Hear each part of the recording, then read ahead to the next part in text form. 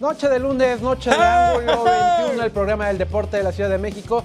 Estas semanas de deporte olímpico. Estoy acompañado ni más ni menos que por el señor Antonio Vargas, que se ha puesto a estudiar en Wikipedia todas y cada una de las disciplinas olímpicas para tenerlos a ustedes bien informados. No, Magallán, ahí yo voy a la biblioteca de la UNAM. Por eso creías que el voleibol se jugaba con un ovoide.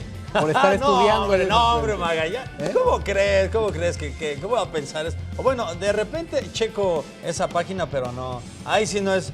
No, checarlo ahí, pensar que ahí es la información verdadera. No, estás jodido, ¿no? Si crees que es así. Oye, después de 10 días hay algo que festejar. Por fin sale la luz para el deporte mexicano. Hoy se asegura medalla ya a través del boxeador Misael Rodríguez, quien derrotó precisamente al representante egipcio, lo estamos viendo en pantalla, y de esta manera logró calificarse ya a las semifinales y asegura por lo menos medalla de bronce. Hace 16 años, Toño, que no estaba el boxeo o que no ganaba el boxeo medalla. Sería la medalla número 63 para México en la historia de los Juegos Olímpicos, y de esta manera también el boxeo iguala ya a los clavados como la disciplina que más medallas le ha otorgado a nuestro país.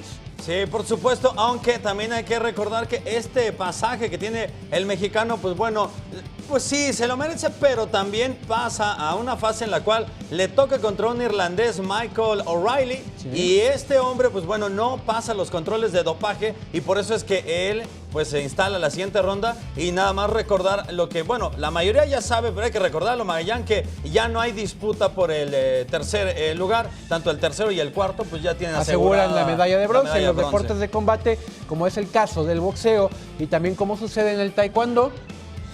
Los que disputan ese supuesto tercer, cuarto lugar ya aseguraron por lo menos, o sea, se entregan 2 bronces, ¿no?